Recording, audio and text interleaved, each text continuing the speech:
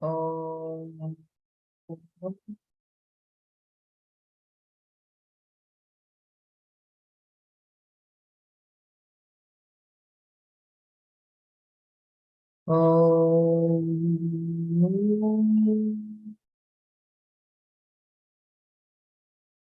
Sahana bhavatu, sahano bhunaktu, sahaviryam karavavahai, tejasvinavadhitamastu ma vidvishavahai. Om Shanti, Shanti, Shantihi. Narayanam namaskrityam naram chaiva narottamam devim saraswatim vyasam tato jayamudiraye. Hari Om, Jai Gurudev. So in the 7th chapter, we were looking at the Swabhava and Swarupa of Atman, and then we had seen Swamiji had wonderfully defined and explained. Can anyone guide me? We had completed yesterday till the 2 types of lakshanas, right, Brahmanaji?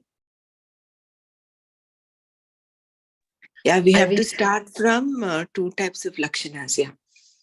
Yeah, I will just repeat a paragraph before that we can have the.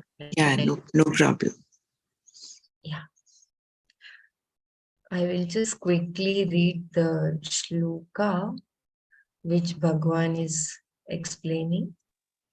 2 types of lakshanas. I think we went beyond that. Is it? Yeah. The verse, did you go to verse 7 as well? Or it was just 6th only we come? 2 types of lakshana is a part of verse 6. So I will just read the verse and then. Yeah, you can read the verse and you can go to the headings.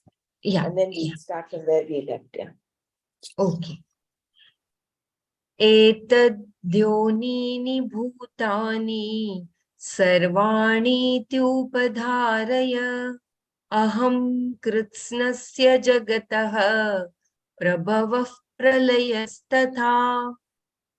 Please understand that all beings and elements have their cause in this twofold Prakriti.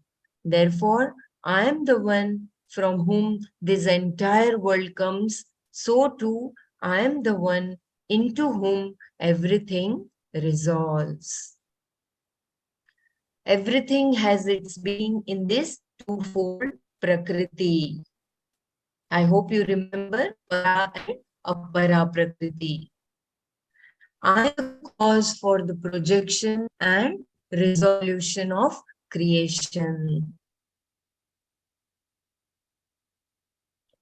Definition of the cause, the maker and the material.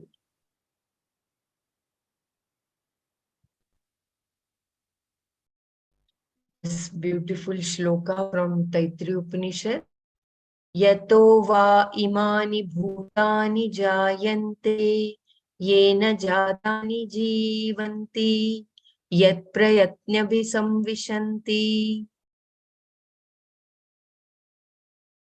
Nature of the cause defined. Satyam Jnanam Anantam Brahma is the the cause is revealed as Nirvishesha, which is free from the attributes by words which negate all the attributes, as we know. 2 types of Lakshana, Swarupa Lakshana. The Swarupa of Atman is Satyam Jnanam Anantam.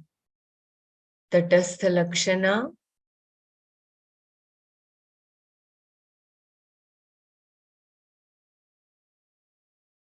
Whenever creation is discussed in the Shastra, Brahman is presented as the cause from which everything has come, by which everything is sustained, and into which everything resolves. Therefore, everything is Brahman. This is Tatastha Lakshana. This is the Tatparya of our 6th shloka, which Bhagwan said.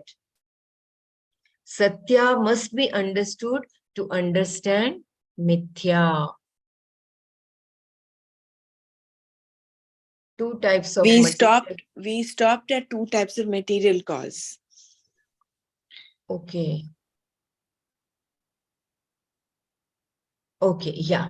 So I will two types of material cause.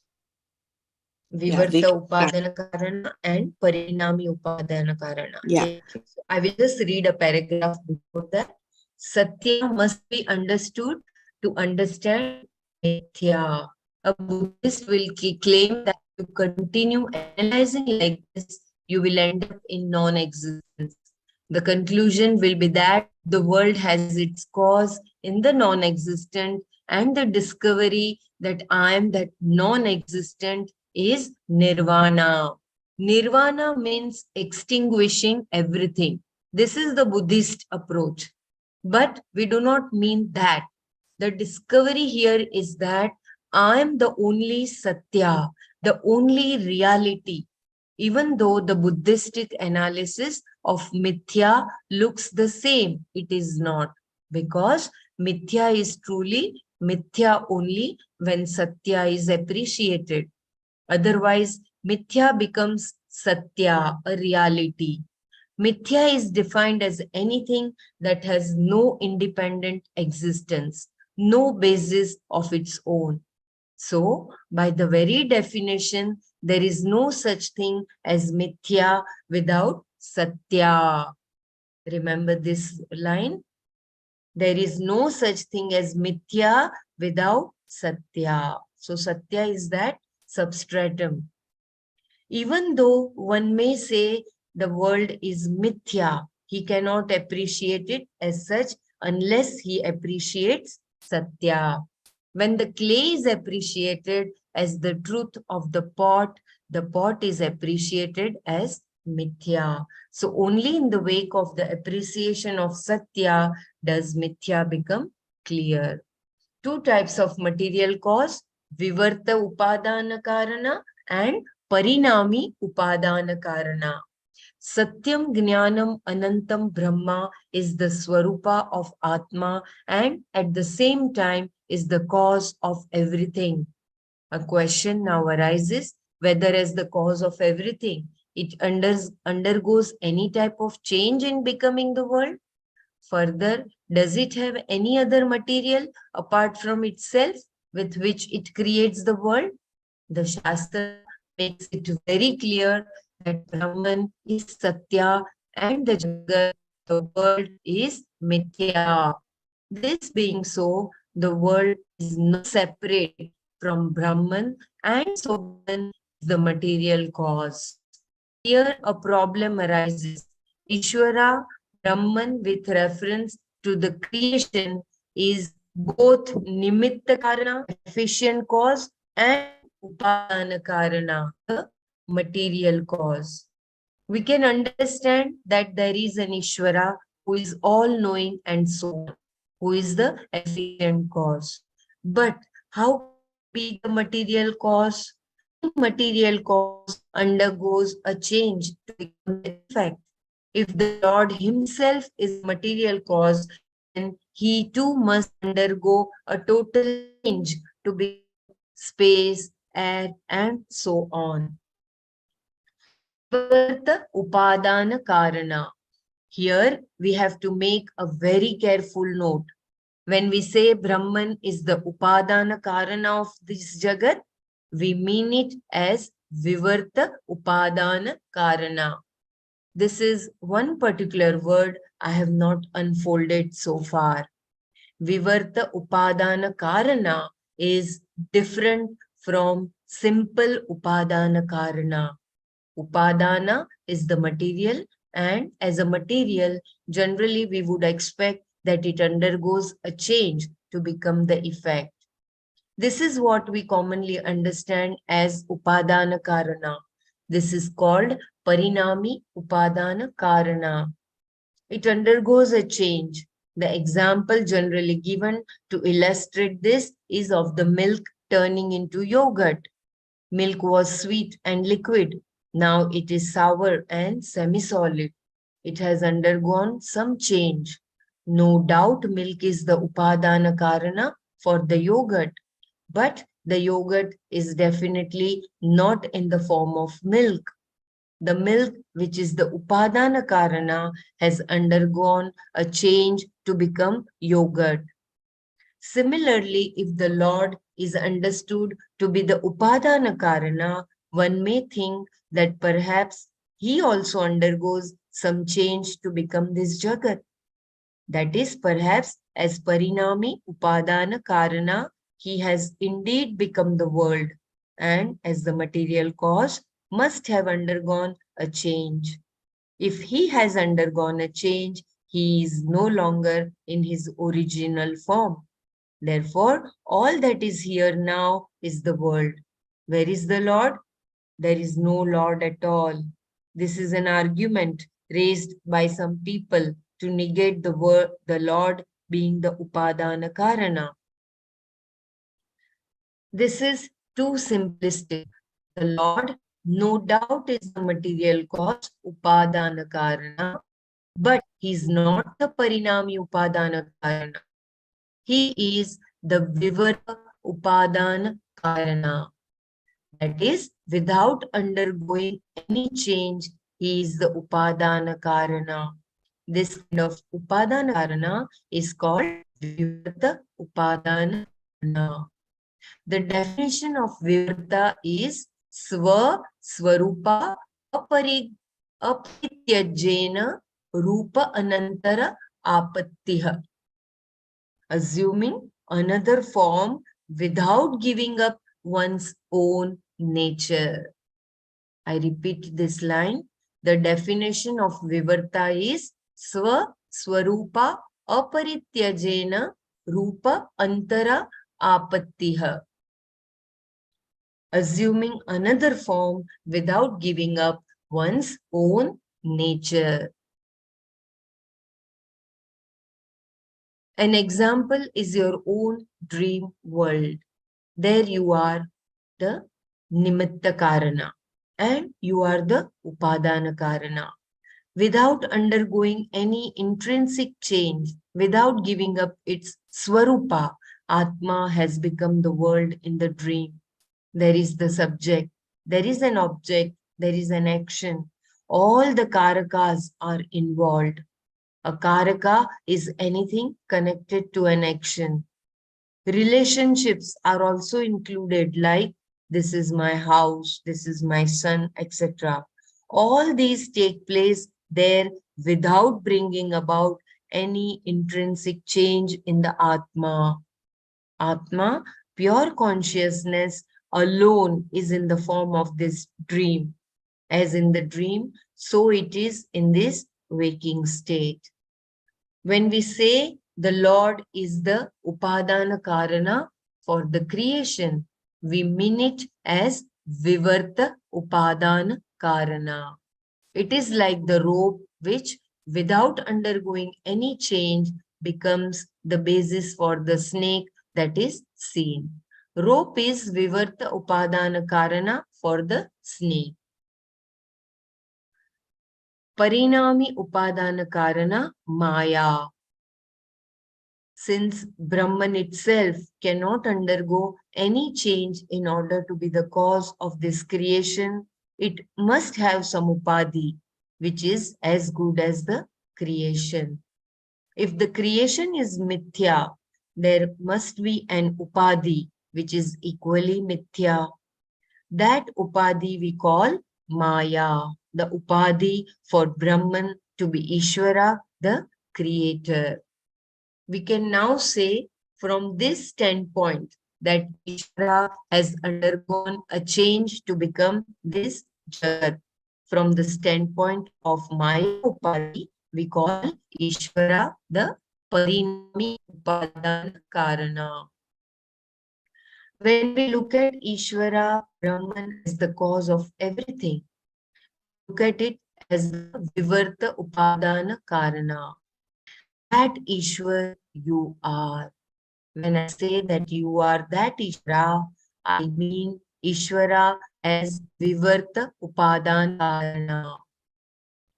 When we talk about the world as non-separate from Ishvara, it is Ishvara that has become space, air, and so on. Here we look at Ishvara from the standpoint of the Maya Upadhi, which has undergone all the changes. When we say Brahman, besides being the Nimitta Karana, the efficient cause, he is Upadana Karana, the material cause. What we mean is that Brahman is the Vivarta Upadana Karana. And because of this Vivarta Upadana Karanatva alone, it is possible to appreciate Atma as Sat Chit Anandam Brahma.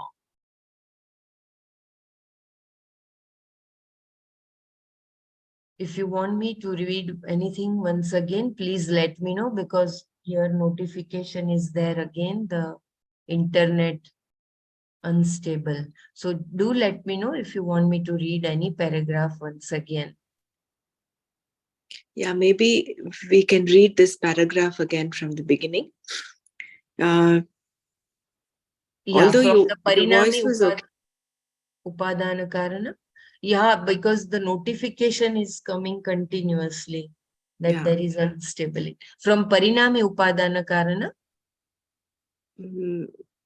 Actually, we'll start from the Vivarta Upadana Karana, from the beginning. Do you want me to read? Let me know, Bela. Yeah, I can continue, but if it is too much breaking, then just I'll let you know. So far, it is okay. Yeah, okay. Vivarta Upadana Karana. Here we have to make a very careful note. When we say Brahman is the Upadana Karana of this Jagat, we mean it as Vivarta Upadana Karana. This is one particular word I have not unfolded so far. Vivarta Upadana Karana is different from simple Upadana Karana. Upadana is the material, and as a material, generally we would expect that it undergoes a change to become the effect. This is what we commonly understand as Upadana Karana. This is called Parinami Upadana Karana. It undergoes change. The example generally given to illustrate this is of the milk turning into yogurt. Milk was sweet and liquid. Now it is sour and semi-solid. It has undergone some change. No doubt milk is the Upadana Karana for the yogurt. But the yogurt is definitely not in the form of milk. The milk, which is the Upadana Karana, has undergone a change to become yogurt. Similarly, if the Lord is understood to be the Upadana Karana, one may think that perhaps he also undergoes some change to become this Jagat. That is perhaps as Parinami Upadana Karana. He has indeed become the world, and as the material cause must have undergone a change. If he has undergone a change, he is no longer in his original form. Therefore, all that is here now is the world. Where is the Lord? There is no Lord at all. This is an argument raised by some people to negate the Lord being the Upadana Karana. This is too simplistic. The Lord, no doubt, is the material cause, Upadana Karana.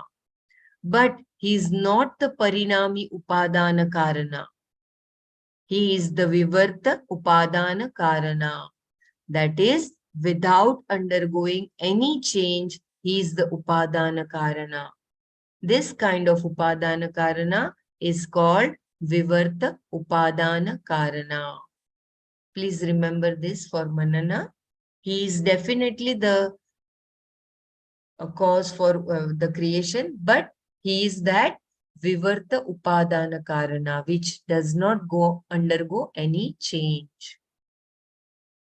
The definition of Vivarta is Swarupa Aparityajena rupa antara apattiha. Assuming another form without giving up one's own nature. An example is your own dream world. There you are the Nimitta Karana and you are the Upadana Karana. Without undergoing any intrinsic change, without giving up its Swarupa, Atma has become the world in the dream.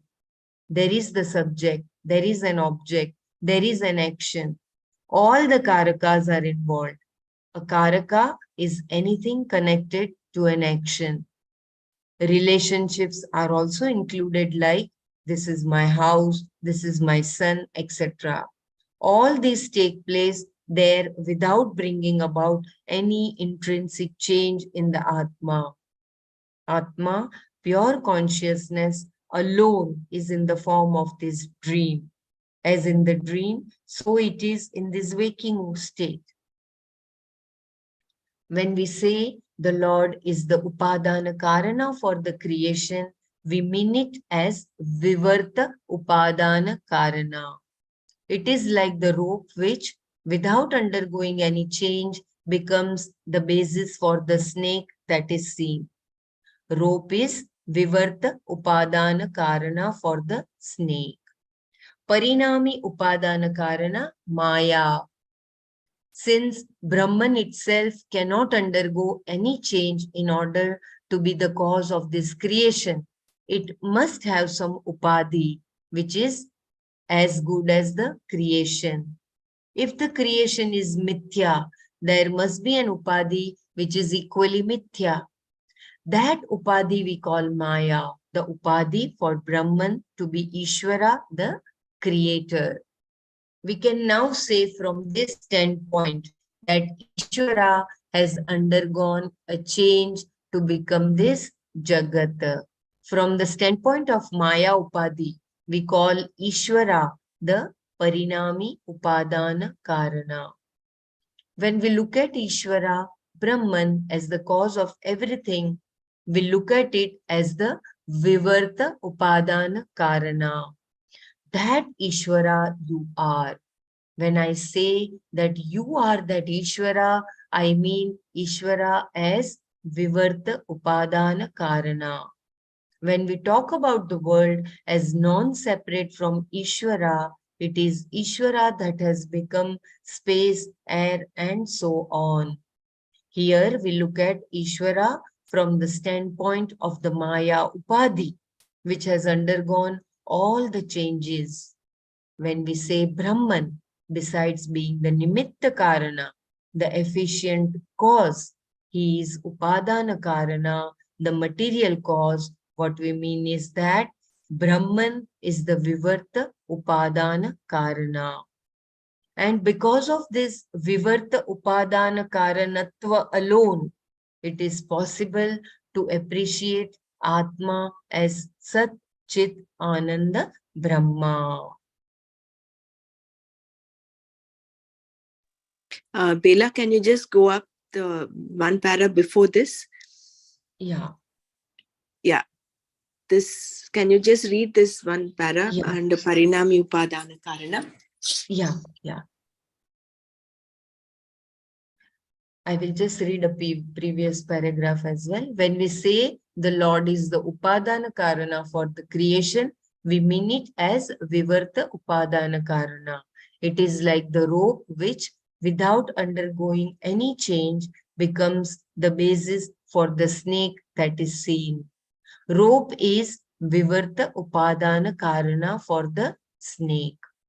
Parinami Upadana Karana Maya. Since Brahman itself cannot undergo any change in order to be the cause of this creation, it must have some upadhi, which is as good as the creation. If the creation is mithya, there must be an upadhi which is equally mithya. That upadhi we call Maya, the upadhi for Brahman to be Ishvara, the creator. We can now say from this standpoint that Ishvara has undergone a change to become this Jagata. From the standpoint of Maya Upadi, we call Ishvara the Parinami Upadana Karana. When we look at Ishvara as the cause of everything, we look at it as the Vivata Upadana Karana. That Ishvara you are. When I say that you are that Ishvara, I mean Ishvara as Vivarta Upadana Karana. When we talk about the world as non-separate from Ishvara, it is Ishvara that has become space, air, and so on. Here we look at Ishvara from the standpoint of the Maya Upadhi, which has undergone all the changes. When we say Brahman, besides being the Nimitta Karana, the efficient cause, he is Upadana Karana, the material cause. What we mean is that Brahman is the Vivarta Upadana Karana. And because of this Vivarta Upadana Karanatva alone, it is possible to appreciate Atma as Sat Chit Anandam Brahma.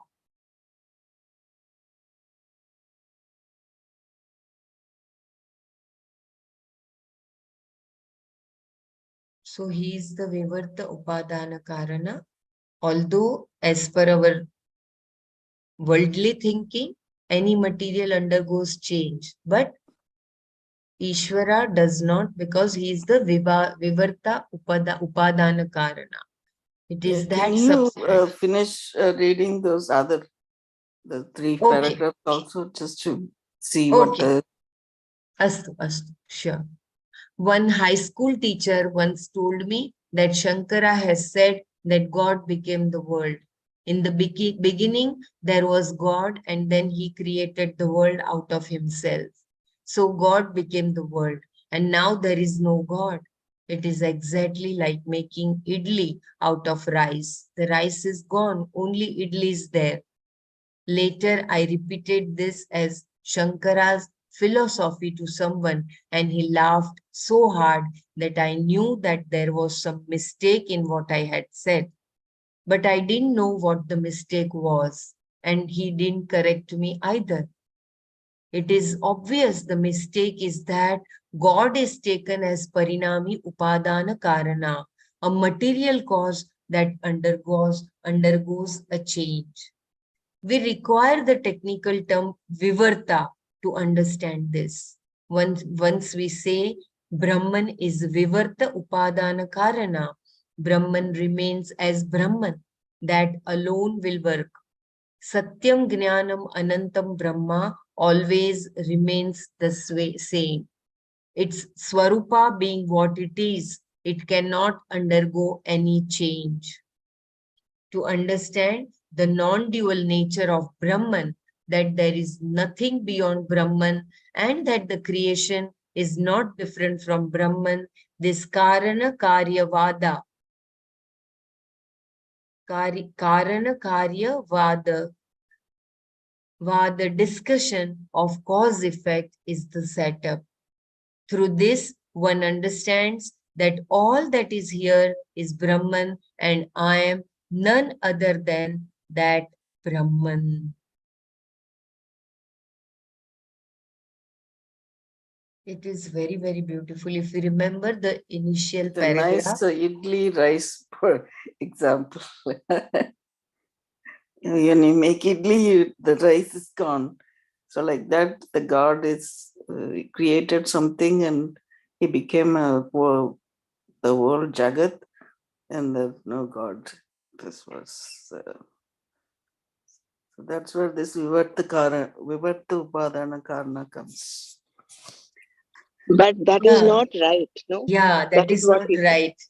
It is Vivarta is Tatastha. It remains like a Kutastha. It remains the same. No, Nanaji that's what had I'm given. saying. Like, Uh, just that the example is kind of gives you some idea, it's wrong, but then that the example is like you're mistaken the identity. So there is definitely this Vivarta Upadana Karna, which is not changing. So that is synonymous with this whatever the Nimitta Karana and Satyam Jnanam Anantam Brahma, all of that. And then Pariname Uddhana Karana is the where the change occurs, and it is the manifest of the God situation, like where it shows the world and all the objects and other things, beings and whatnot. So that's what was that? Yesterday we read Nimitta Karana and then Upadana Karana. So that becomes Upadana Karana or Parinami Upadana Karana. That. Sorry.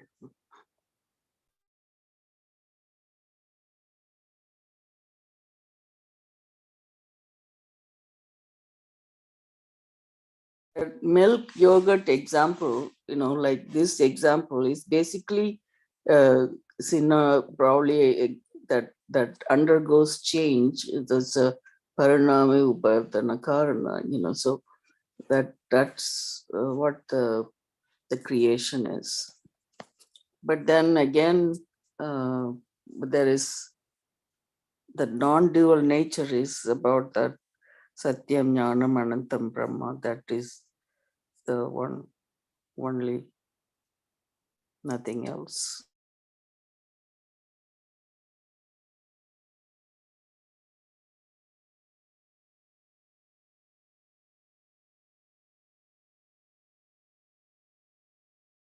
If anybody wants me to read anything, please let me know. It is very, very important paragraph. Very important shloka.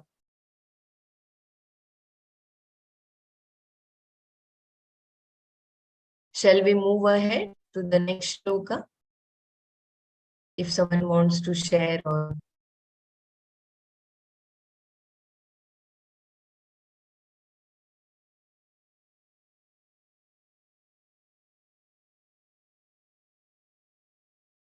Okay, the silence I assume is yes. I will go ahead. Mattah paratam nanyat kinchidasti dhananjaya mayi sarvamidam protam sutre manigana iva. Dhananjaya, O Arjuna, mattah parataram, superior to me, anyat kinchit, any other thing, na asti, there is not, sutre, in a string, maniganah eva, like the group of bits, mayi, in me, idam sarvam, all this, protam, is woven. O Dhananjaya, Akshamyatam, Dhananjaya, matta parataram, anyat kinchit, na asti, sutre maniganah eva, mayi idam sarvam protam. O Dhananjaya, there is no other cause superior to me. All this is woven, has its being in me, like the beads in a string. I repeat, there is, okay. O Dhananjaya, there is no other cause superior to me. All this is woven, has its being in me, like the beads in the string. Beads in a string. In this verse, Krishna says, O Dhananjaya Arjuna, there is no other cause which is superior to me. Previously, he had said, I am the creator of this entire world and I am the place to which it returns. There, he definitely talks about himself as Vivarta Upadana Karana.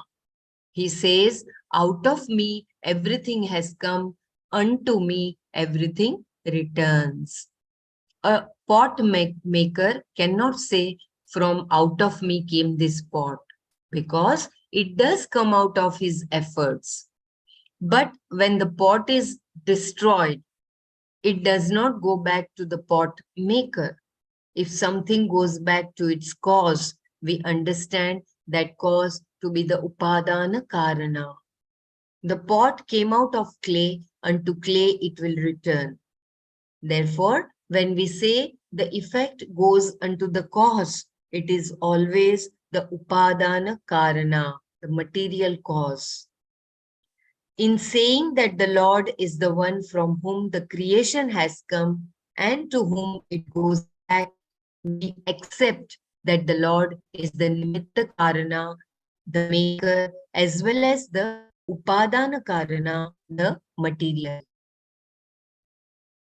We understand this material cause to be the Vivarta Upadana Karana. So in this verse, the Lord says, in this world there is no cause other than me.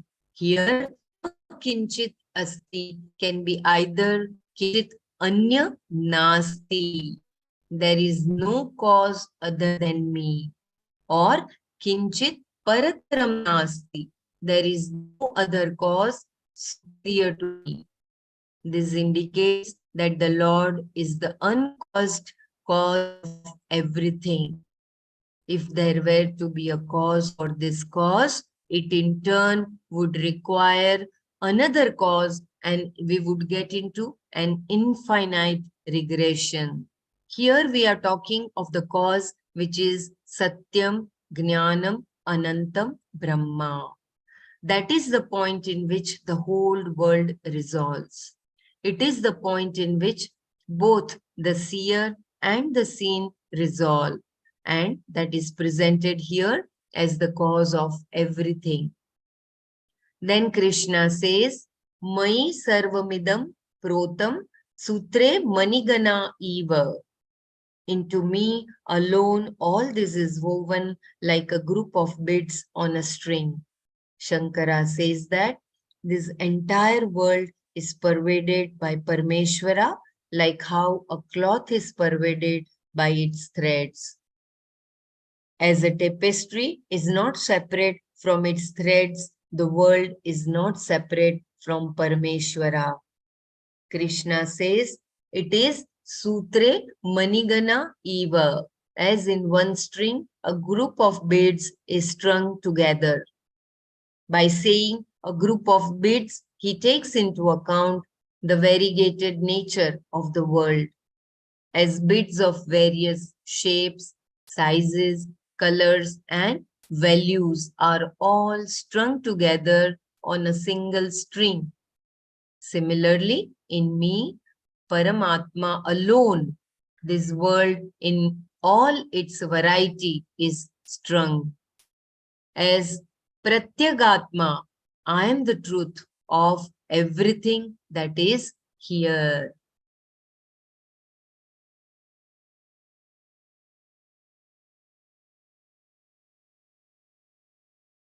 So there is a new addition of the word Pratyagatma.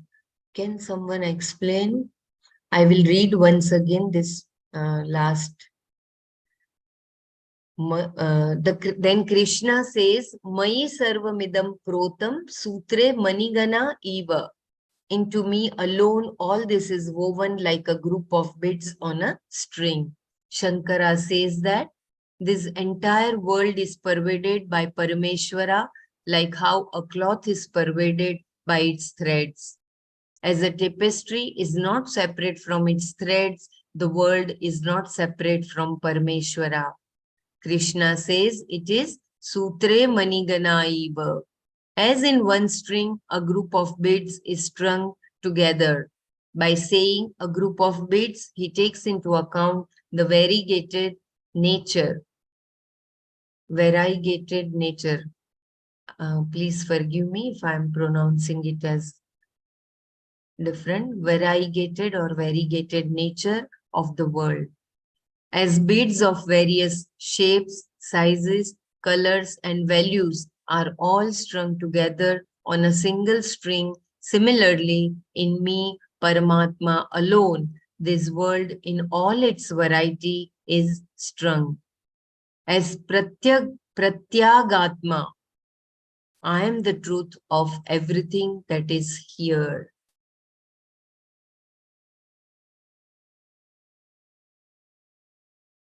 So he is the Vivarta Upadana Karana, which does not undergo any change, although he pervades everything in and through the whole creation.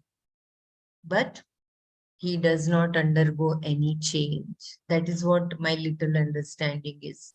If anyone else has different, simpler way, then let me know. Otherwise, I will just complete the reading of this. Anyone wants to share? Pratyakatma is it says, right, I am the truth of everything that is here. So that's pretty much what he explained above, that as all the beads are strung in one thread, that the thread represents the Paramatma. And then he has all his various shapes and size colors, everybody strung together. So that everything is in there, in that pratyag, prayat, what pratyagat, pratyagat. Pratyagatma. Pratyagatma. I think it is synonymous to the Vivarta Upadana Karana, the one that Yeah. is the truth and the substratum of everything, the basis of everything. Pratyagatma.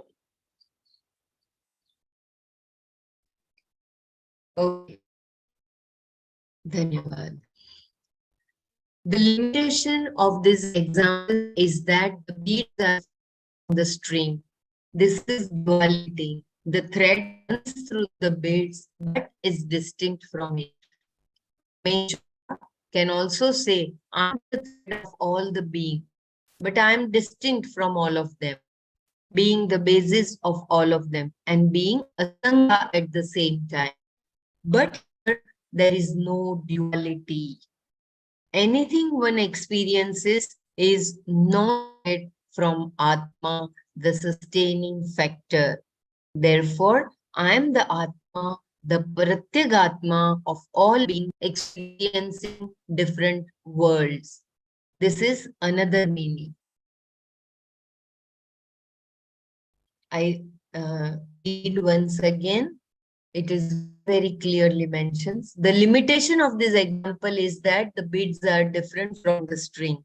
This is duality. The thread runs through the beads but is distinct from it. Parameshwara can also say, I am the thread of all the beings, but I am distinct from all of them, being the basis of all of them and being asanga at the same time. But here there is no duality. Anything one experiences is non-separate from Atma, the sustaining factor. Therefore, I am the Atma, the Pratyagatma of all beings experiencing different worlds. This is another meaning.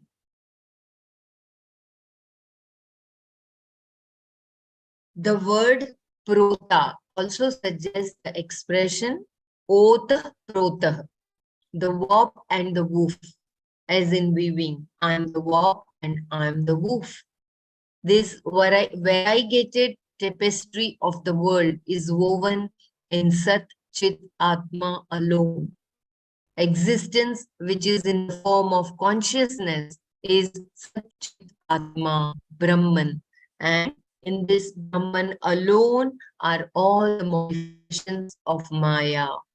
Wherever there is Maya, I am there because Maya has no existence apart from me, Brahman.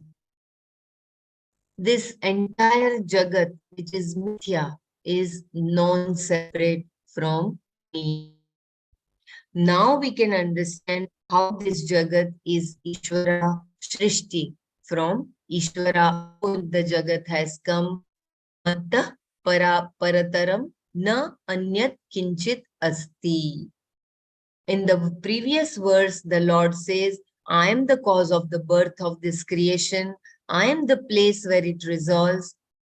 In this verse, he adds, I am the sustaining factor.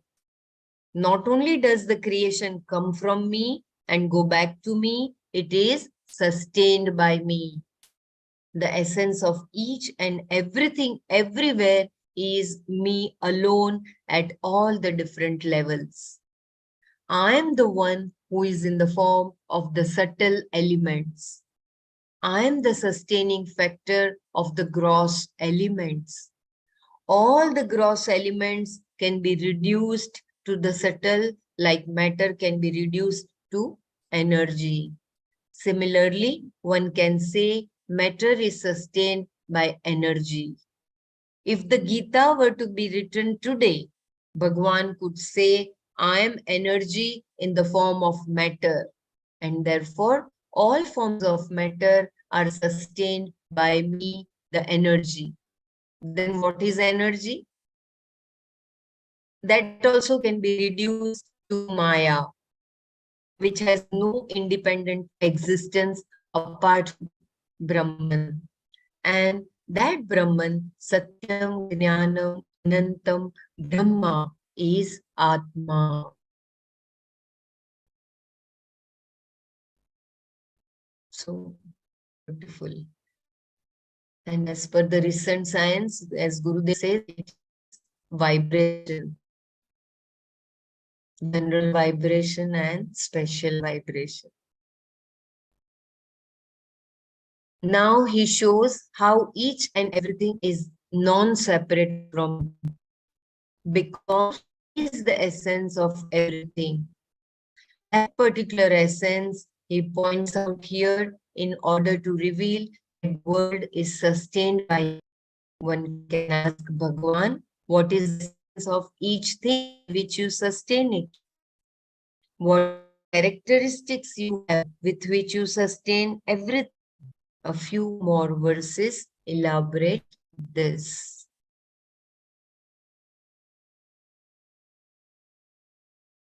So here Bhagwan has, can someone say it in a simpler way, please? Kindly come forward and say.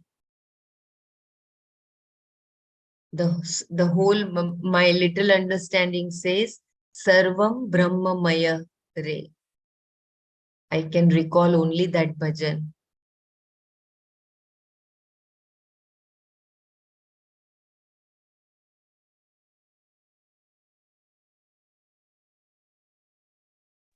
So when you go back to that sloka and the Pratipadartha, like Matta Paratara Nanyat. So nothing else other than me. That's what that is, Yes. right? Mhm. Matta Matta Parataram Parataram superior Nanyat to, yeah. Okay. Kinchidasti Dhananjaya Mayi Yeah. Sarvamidam Protam Sutre Maniganaiva. So there's no other cause superior than to me. And Mayi Sarvamidam Pratam Sutre Manikanayava. Like a strung, the bead strung or gem strung in one big string within me, like Sarvam Idam Pratam. So what was the Sarvam? All this Idam Pratam is Ovan. In my is in me, right? Yeah. So in me, like the beads in a string, all this is Ovan. Like if you take whole Jagat or whole universe is woven into in me, like all this strung together.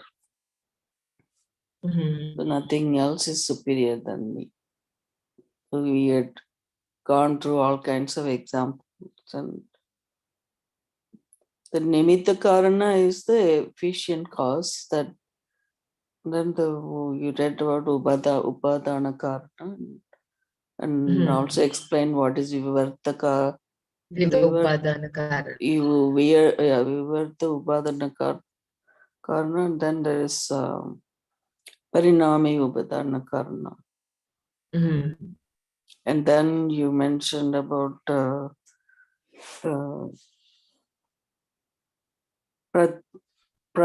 Pratyagatma. Yeah, The same as Vivarta Upadana Karana, which Upadana karana. undergoes no change at all. Yeah. So the whole creation has come from him, and he does, although it has come from him, but he does not undergo in any change. Yeah, like when we kind of explained that each one of that you kind of expand on all those topics. Everybody can help with that.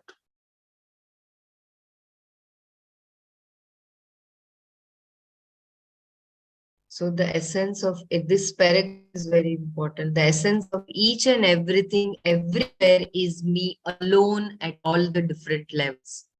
I am the one who is in the form of the subtle element. I am the sustaining factor of the gross elements. Sustaining and creating, these two are explained so well in the beginning.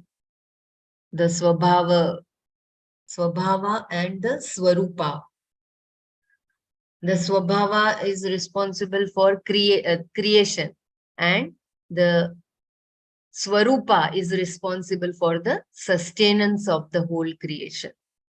And that Swarupa is nothing but the Satyam Jnanam Anantam Brahma. And that is the responsible factor for the gross elements.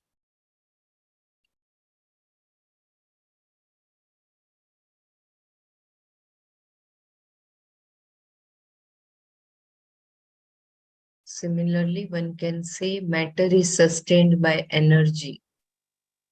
Yeah, yesterday we read some of this also in the previous one, where that Srishti Sthiti Laya, all, everything is created in me and sustained and then dissolves in, results in me. So that how we realize the Brahman, who Brahman is, so.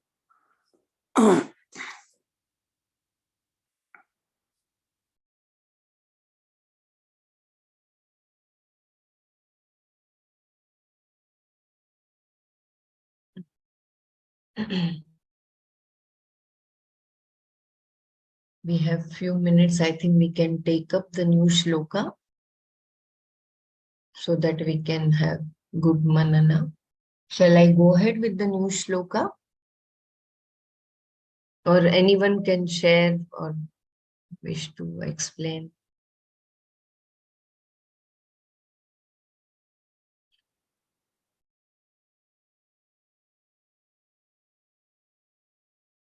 Okay, I will just read the next shloka.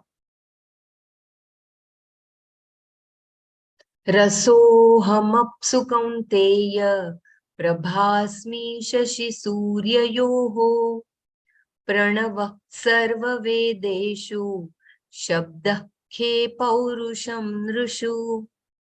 Kaunteya, O son of Kunti Arjuna, Aham Asmi, I am Apsu in the water, Rasaha, taste, Shashi Surya Yoho, in the moon and the sun, Prabha, light, Sarva Vedeshu, in all the Vedas, Pranavaha, Om, Khe, in space, Shabdaha, sound, Nrushu, in human beings, Paurusham, strength. Kaunteya aham asmi apsu rasaha shashi suryayoho prabha sarva vedeshu pranavaha khe shabdah nrushu paurusham.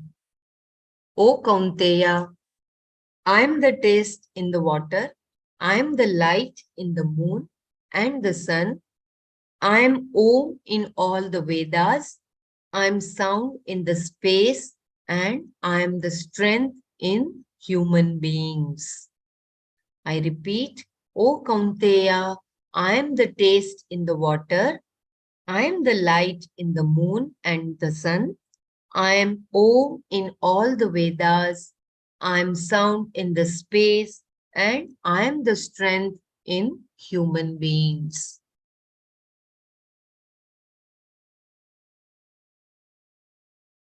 O Kaunteya Arjuna, Rasoham Apsu. I am the taste in the water. I am the essential characteristic of water which you experience in the form of taste. I am the subtle element of this gross element which you experience, the cause for water to be water. In other words, I am the essence of water. Essence here means taste because the taste of water is its unique property. If water has a quality of its own, it is rasa, taste. because of which water is water, that indeed I am. I am the truth of water. What makes the water distinguishable as an element from everything else? That is me, the taste in water. Prabha asmi Shashi Suryayoha. I am the light in these famous luminaries, Shashi, the moon, and Surya, the sun, says the Lord. There is no sunlight without light, and without the sun's light, the moon also would not be visible. I am the light in the sun, I am the light in the moon. Once you are the light in the sun, then naturally you are the light in the moon, because moonlight is nothing but the reflection of sunlight. That sunlight itself is me. I am the essence of the sun, the light because of which the sun is sun, and the reflected light because of which the moon is moon. That is also me, Prabha, the light that shines. Aham asmi, I am. Very beautiful. I will read once again. Prabha asmi shashi suryayoha. I am the light in these famous luminaries, Shashi, the moon, and sun, the sun, says the Lord. There is no sun without light, and without the sun's light, the moon also would not be visible. I am the light in the sun. I am the light in the moon. Once you are the light in the sun, then naturally you are the light in the moon, because moonlight is nothing but the reflection of sunlight. That sunlight itself is me. I am the essence of the sun, the light because of which the sun is sun. And the reflected light because of which the moon is moon, that is also me, Prabha, the light that shines. Aham asmi, I am.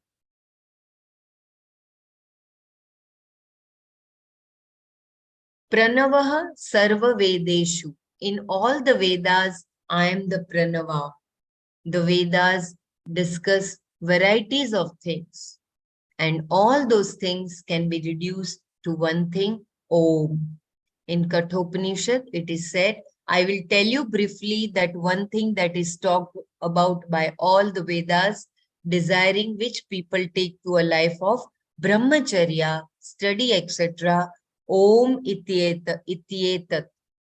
It is this Om. Pranava. Om. The footnote says Kathopanishad 1.2.15. So I repeat once again, in Kathopanishad, it is said, I will tell you briefly that one thing that is talked about by all the Vedas, desire which people take to a life of brahmacharya, etc. Om ityetat. It is this Om. Pranava Om is a well-known symbol for Brahman, and also the whole Veda can be reduced to Om. I am that Om. Shabdah K means I am the Shabda, the sound in space. Sound is not experienced by any other sense organ except the ears. To each, to Kshamadam, to reach the ears, sound has to travel in space. So the sound is manifest in space. Also, sound stands for the subtle element of space which sustains the gross element space as its cause. I read once again. Shabdah K means I am the Shabda, the sound in space. Sound is not experienced by any other sense organ except the ears. To reach the ears, sound has to travel in space, so the sound is manifest in space. Also, sound stands for the subtle element of space which sustains the gross element space as its cause.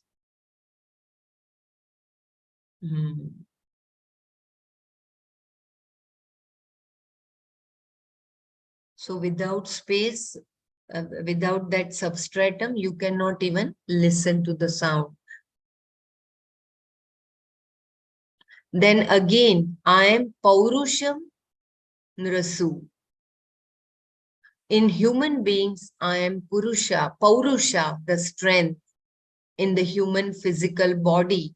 Whether it is a male or a female body, there is a certain strength. That strength I am.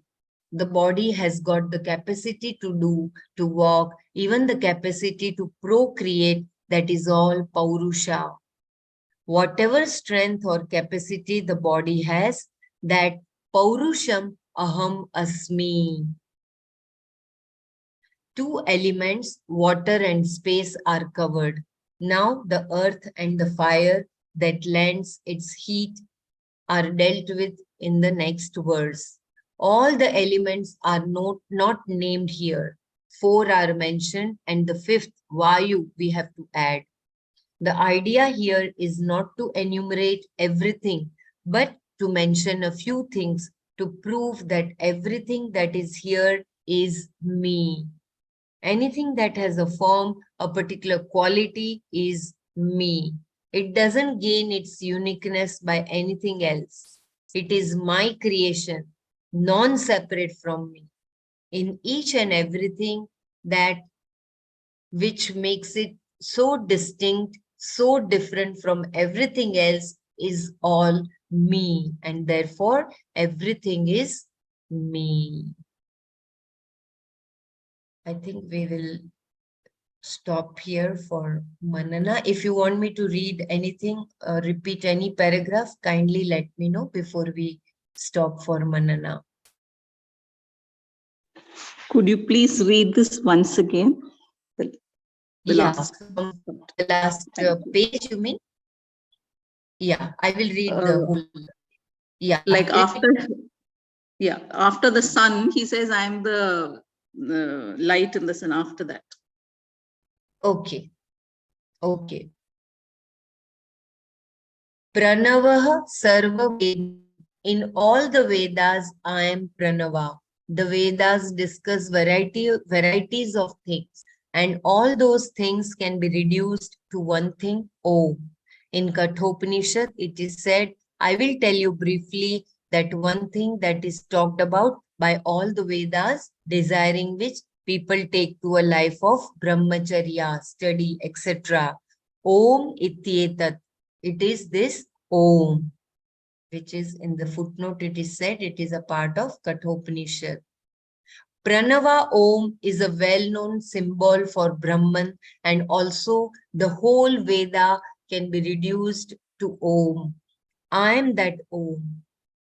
Shabdah K means I am the Shabda, the sound in space. Sound is not experienced by any other sense organ except the ears. To reach the ears, sound has to travel in space. So the sound is manifest in space.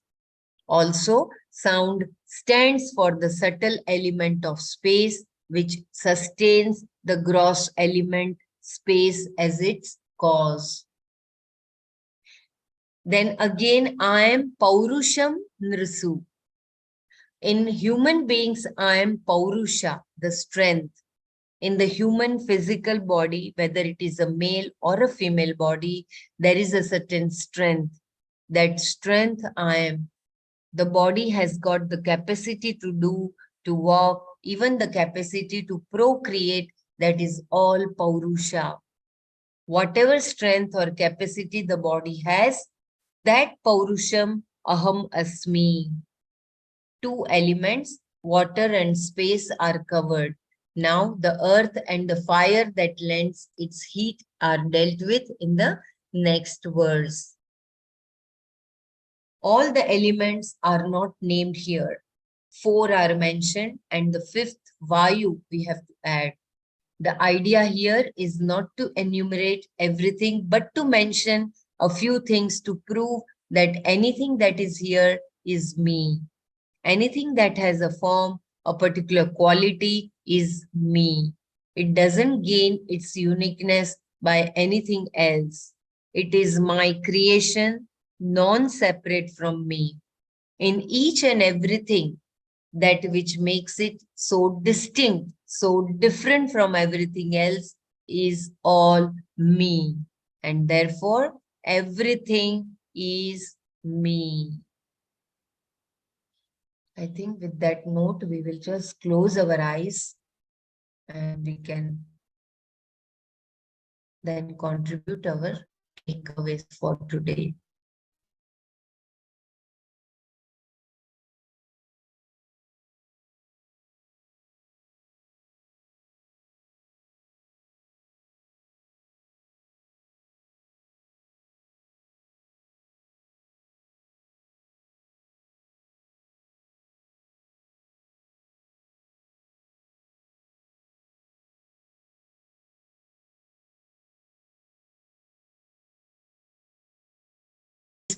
Someone to take over now the session, because I will not be able to continue speaking. I can continue sharing the screen. Let me know. Kindly take over the session and Yeah, no issues, Bella. So, Swamiji has very beautifully described the different aspects of creation, the Upadana Karana, Vivarta Upadana Karana, as the unchanging substratum upon which he brought in the aspect of the Parinami Upadana Karana, the aspect of Maya, with which the Ishvara actually creates the whole tapestry of the world, of the Jagat. So it is not that he undergoes any change, he remains unchanging, but because of this aspect of Maya, which is the one that causes the illusion of mithya.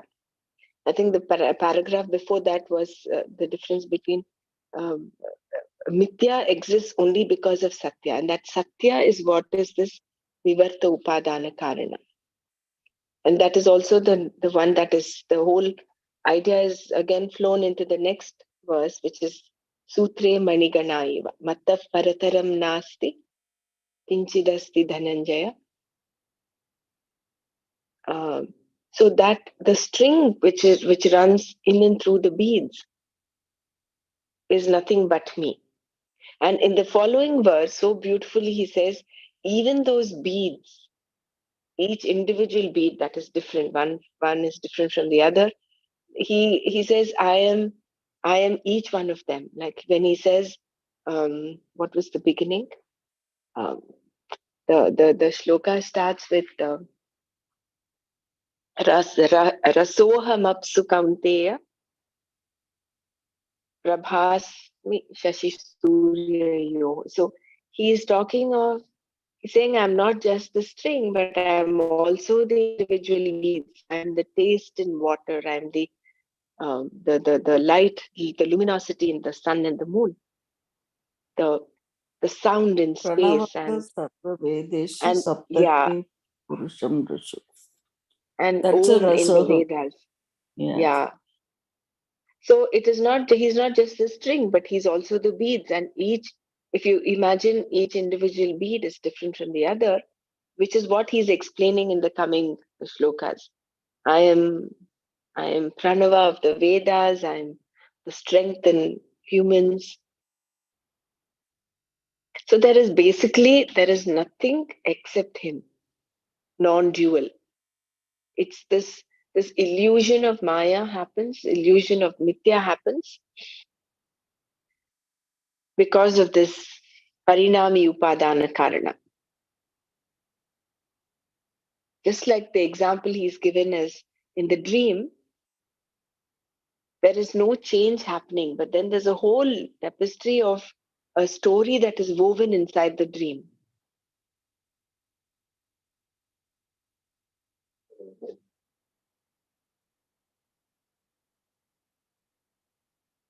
It's amazing how we go through this every day, day in and day out. All it requires is for that recognition that it is all a dream. Even as we are speaking right now, as we are in this thing, this even in this waking state, This is also a dream. But the problem is our recognition, our identification with the body, mind, and senses is so strong that we think this is real and this is Satya. This is what we take it as Satya.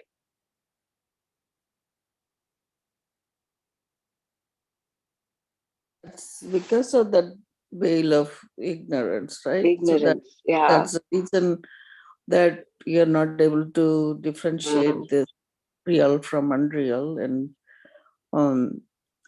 as we that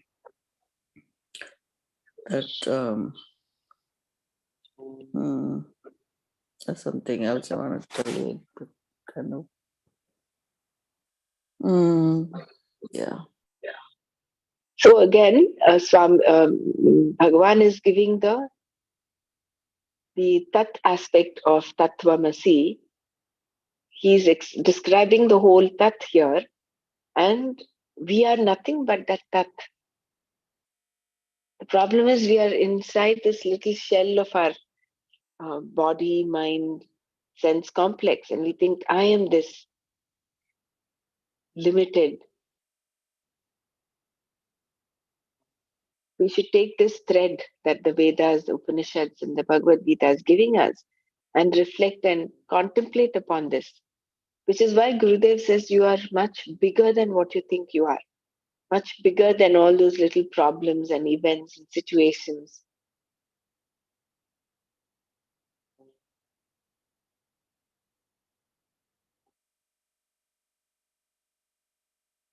I had a Anybody thought else wants to process share? Yeah, just now.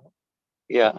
please go. When he said that the Atma is like the string going through the beads, and then we describe Atma as Satchit Ananda. And what it was just my thought process that came up that that means Satya and truth, that is knowledge that is there, that is like running through the beads, bringing us all close to each other. The belongingness that is there when we are in knowledge, and that leads us to bliss. So Atma, the definition of Atma is Satchit Anand. When you split it up and use that also as the string, then we see how like through knowledge, we all come close to each other. There's a lot of belongingness. And then that leads to us ultimately at the mental level to bliss.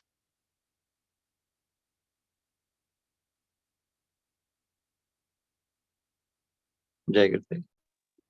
It's very nice, Darshiji. I was Yeah, thinking in beautiful terms of that, perspective. yeah, like how we are illumined, like we talk about this illumining yourself, like self illumines us, right? I mean, like thinking that today, so I said I want to see all of you. So we all kind of glowing here with illumination. So, I mean, everybody perceives this Brahman in some way, even at this wakeful state, we constantly, this awareness is there, right? I mean, that is the Brahman. So we are able to do, I mean, we probably come across this all the time, but then we're not realizing that is Brahman. So that's something to take up from, I thought about that today, and it was nice feeling to know that we are illumined. And then like here he said, I am the strength in you, and that's also part of it.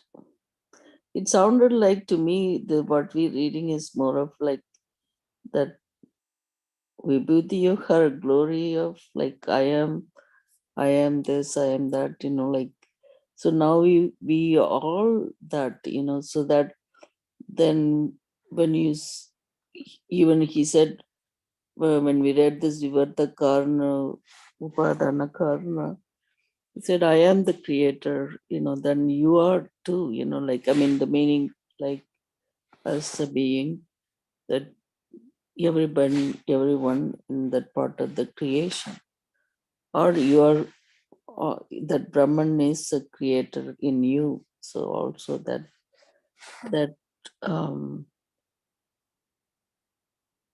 that becomes all of that, so that's make you feel like, oh wow, this is dissolving our body, these koshas, then you kind of go in to realize it.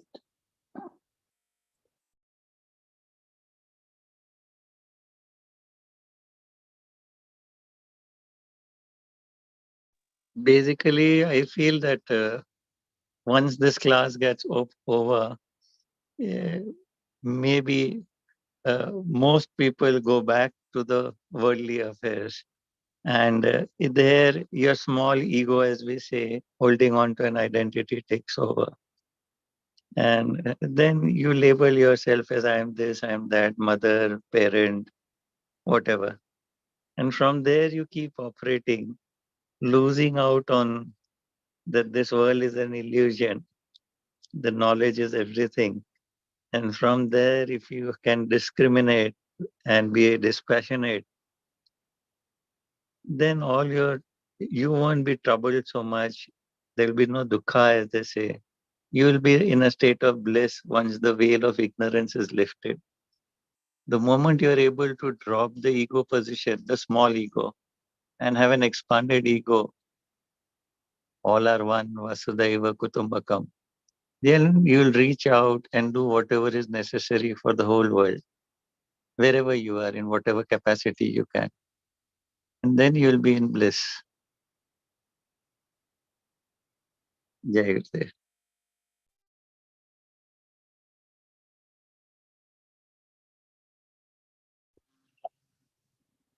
Yeah, we are in a state of sattva now. Once we move out of the manana, it depends on individual gunas and the predominance of the guna. If the sattva continues, then you will be in the state of knowledge. But if there is of course going to be an interplay of the other gunas, rajas and tamas, and whichever is predominant will show up in our behavior and the way we think and way we go about. So that's fine. So should we go to chapter 6 in Bhagavad Gita? I hope all of us have done our homework.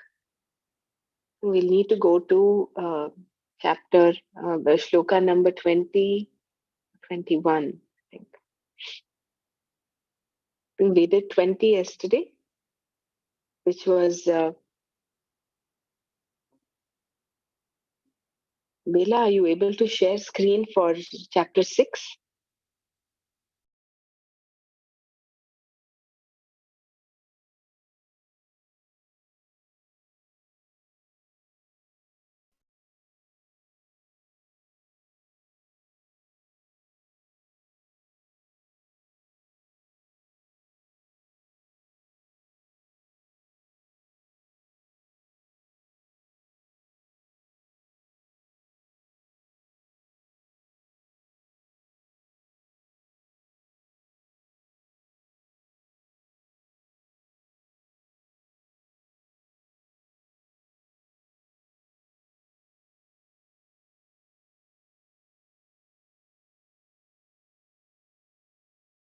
Did last was, let's read that shloka once.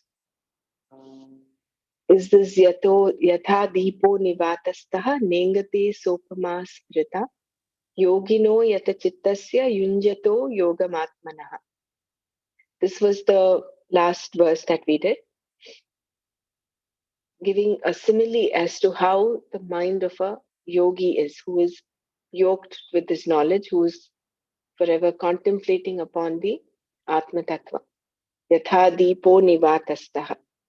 Just as a lamp protected from the wind does not flicker, for the composed mind of the meditator who practices contemplation of the self, this illustration is cited. And there's good sharing on this.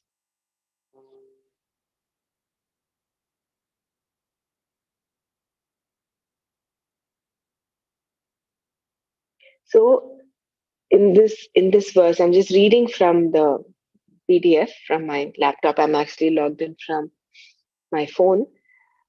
Yogam yunjataha can be taken to refer either to a person who's following Patanjali's eightfold yoga called Ashtanga Yoga, or a person who contemplates upon Atma. Yoga itself is the practice, which means that the person attempts to unite his or her mind with the desirable Atma. Yunjataha yogam atmanaha. Shankara defined yunjat here as one who practices this yoga. This contemplation, uniting the mind with Atma, which Krishna discusses further in the next 4 verses. Shamyatam, Ramaraji, you can see the screen.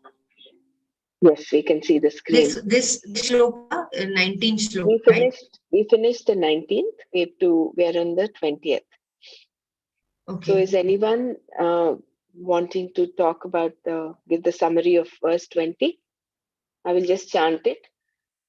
Yatro paramate chittam niruddham yoga sevaya yatra chaivatmanatmanam pashyannatmani tushyati.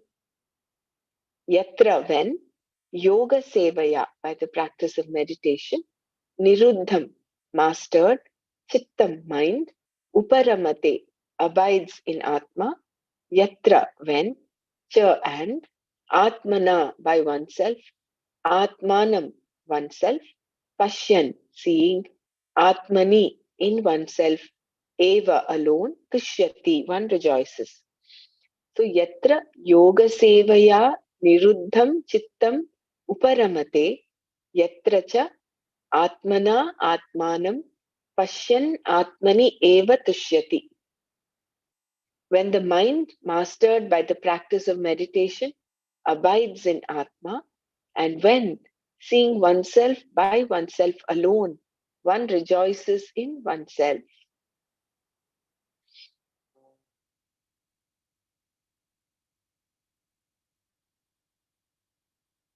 So this is a shloka which talks of how a person, the person who's meditating, whose mind is also mastered,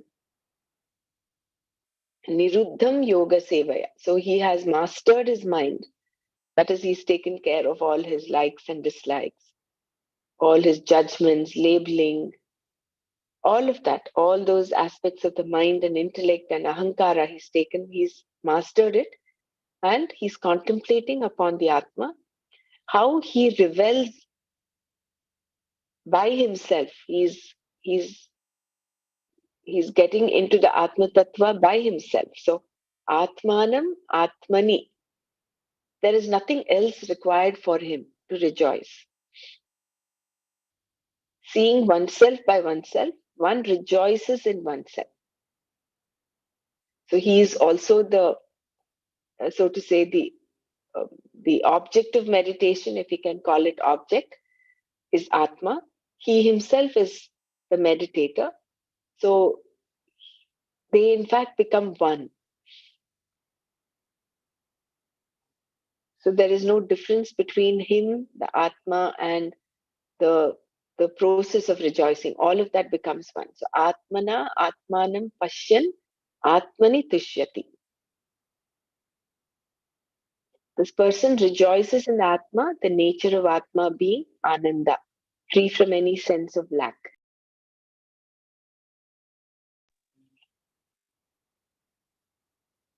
Were you able to hear me till now or no? Yes, yes.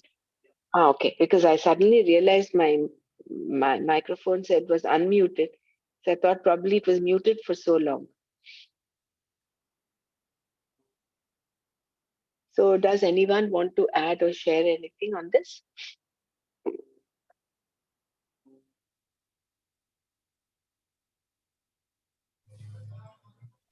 Jai Gurudev, can you, there is the second case and the fourth case, how, like what is the implication of these? I That could is not follow. Right, right. I know. That is in Sanskrit. In Sanskrit grammar, there are, we call them karakas. That is, we have 7 of them. We, for instance, I'll just give an example. Ramaha, Ramau, Rama. Um, Ramaha, Ramau, Rama. He Rama, He Ramo, He Ramaha. Ramam, Ramau, Rama. Ramena, Ramabhyam, Ramaihi. Ramaya, Ramabhyam, Ramebhyah. Ramat, Ramabhyam, Ramebhyah. Ramasya, Ramayoho, Ramabhyam. Rame, Ramayoho, Rameshu. So Sanskrit grammar is so beautiful. Just taking one word, Rama, you can make all these, they call cases if you translate it into English. Rama is just Rama. Hey Rama is your addressing Rama. You're calling out to him. Then Ramam is in, not in Rama. And Ramaya, Ramabhyam, Ramat. Ramaya is for Rama. Basically, it is like we have these prepositions, right, in English grammar. For Rama. If you want to do something for Rama. Ramaya, I'm giving water to Rama. So Ramaya, um, uh, apam dadami. So like that, these are all the different cases. The second case or the accusative case, which is atmanam, ramam, meaning oneself. And then the third or instrumental case, atmana, meaning by oneself. So it is,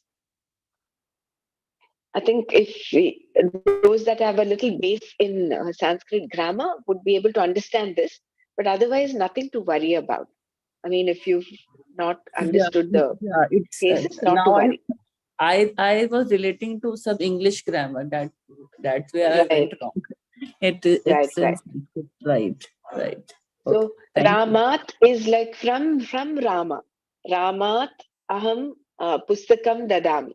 Pustakam swikaromi. And take this book from Rama. Actually, Sanskrit grammar is so beautiful that it is so foolproof. There are no gray areas in Sanskrit. So similarly, Ramat, then Ramasya. Ramasya is Rama's. So Ramasya Bhratah Lakshmana, which is Rama's brother is Lakshmana. And Rame is in Rama. Sita or Hanuman Rame Vasati. Like Hanuman always lives inside of Rama. Or uh, he always has him in his mind. So that way, all this. So Atmana, Atmanam, Atmani is that Rame. I don't know if I've confused you further, but this is basically that is what this is all about. The Sanskrit, the use of different cases in this beautiful shloka.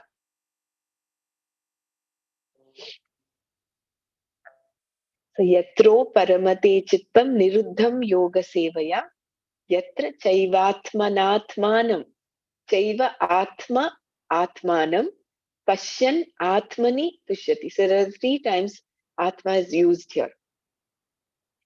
Atmanam, in fact, 1, 2, 3. Yeah.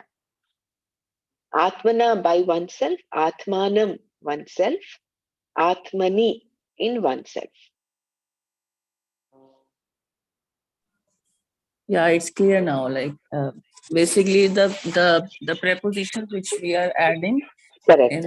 in Sanskrit that relating to different aspects Correct. and different. Yeah. Thank you. So here the Atmana is by the mind. It's not the it doesn't it's not relating to the Atma, is it? That No, here Swamiji says, here the word Atmanam, the word Atma in the word Atmanam refers to Satchidananda Atma. It is not the mind. Okay. So then Otherwise, if it, yeah. Okay, when it says with the mind, but what does one see Atma as Brahma? By Okay, the let mind, me just read from no, by the PDF. It's a short one paragraph. Here okay. the word Atma in the word Atmanam refers to Satchit Ananda Atma, meaning that one sees oneself as Brahman. And with what does one see Atma as Brahman? By the mind, Atmana, by the vritti, the thought. And recognizing oneself as Brahman, one rejoices in Atma, oneself. Atmani tushyati. Thus, there are four case endings here for Atma. The second case or accusative Atmanam, meaning oneself. The third case or instrumental Atmana, meaning by oneself. And the seventh case or locative Atmani, meaning in oneself. And who rejoices? The yogi, the self, Atma. The first case or nominative, the agent of rejoicing. Thus, seeing oneself by oneself, one rejoices in oneself. Atmana Atmanam Pashyan Atmani Tushyati. So it is with the mind, yes, but it is that vritti, which is what is explained very nicely in the next 2-3 verses. But here the word Atmanam refers to the Satchidananda Atma. But this Atmana, like how the Atma is being, you can see yourself, that the Atma is seen is by the help of the mind. That is, they have written by the mind, Atmana, by the vritti. So, Correct. What I can say here is that usually the mind is disturbed because of our desires, our cravings, our aversions. Once you come into knowledge, the mind is hollow and empty and the knowledge is imbibed. Then you can sit in meditation and then you can repose in yourself. Then you reach the state of the Atma. And then you remain in a state of bliss throughout the day. And whatever work you are doing, it will be in a state of bliss. You are operating from the level of the Atma. Then. Yeah, maybe we'll have to park that because in the next verse or the following verse, Swamiji explains the aspect of Nirvikalpa Samadhi. So that is not equivalent to the Satyam Jnanam Anantam state of Brahma because you can always revert back. I think when we do the next verse, it'll be more clear. But what you said is true, Persiji. We'll be in an exalted state of sattva. That does not mean we are in that state of mm, in the um, state of Brahman realization. I don't think so. There is a slight difference there because what he says is this vritti jnana has to when you sit in the seat of contemplation and you take this vritti is a thought of aham se aham brahmasmi or tattvamasi, and you contemplate upon it. In that stillness, even this thought, it dissolves, it disappears, leaving you in that state of uh, self-recognition. And from that state, there is no coming back. Whereas when you contrast that with, say, Nirvikalpa Samadhi that we get after you've practiced yoga and you've done meditation, you're in that blissful state. But he goes on to mention just some loud sound, someone arguing, can bring you back out of that state. So uh, that is not a state uh, which is eternal. Whereas people who have recognized the self, who've recognized Atma, who are there in that Atma Tattva, they are not, they don't come back. It is like that Yatha Deepo Nivatastaha. They are so composed throughout, just like how Gurudev is. He's not perturbed by whoever, whatever does everything. he is not in a state of samadhi, he's in a state of Brahma Jnan throughout. So there is a difference which we as sadhaks, I think, will have to understand. Otherwise, we will think, oh, that is the state of Brahma, right? Yes. So I thought that little, I think when we do the next verse, it will get even more clear. Swamiji talks about how Nirvikalpa Samadhi is not the ultimate.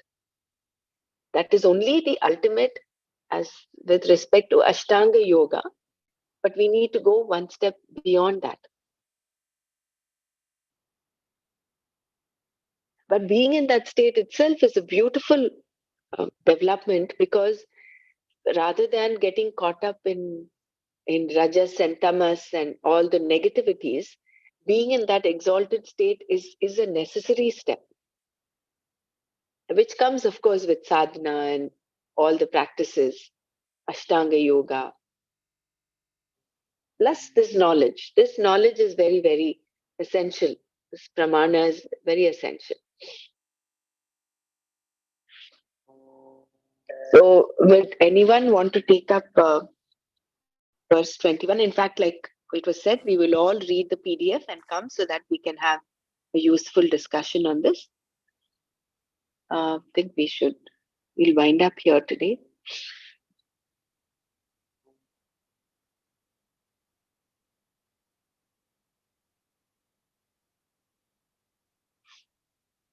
Om Loka Samasta Sukhino Bhavantu. Om Shanti Shanti Shanti. Om Tat Sat Shri Krishnarpanamastu. Jai Gurudev. Thank you.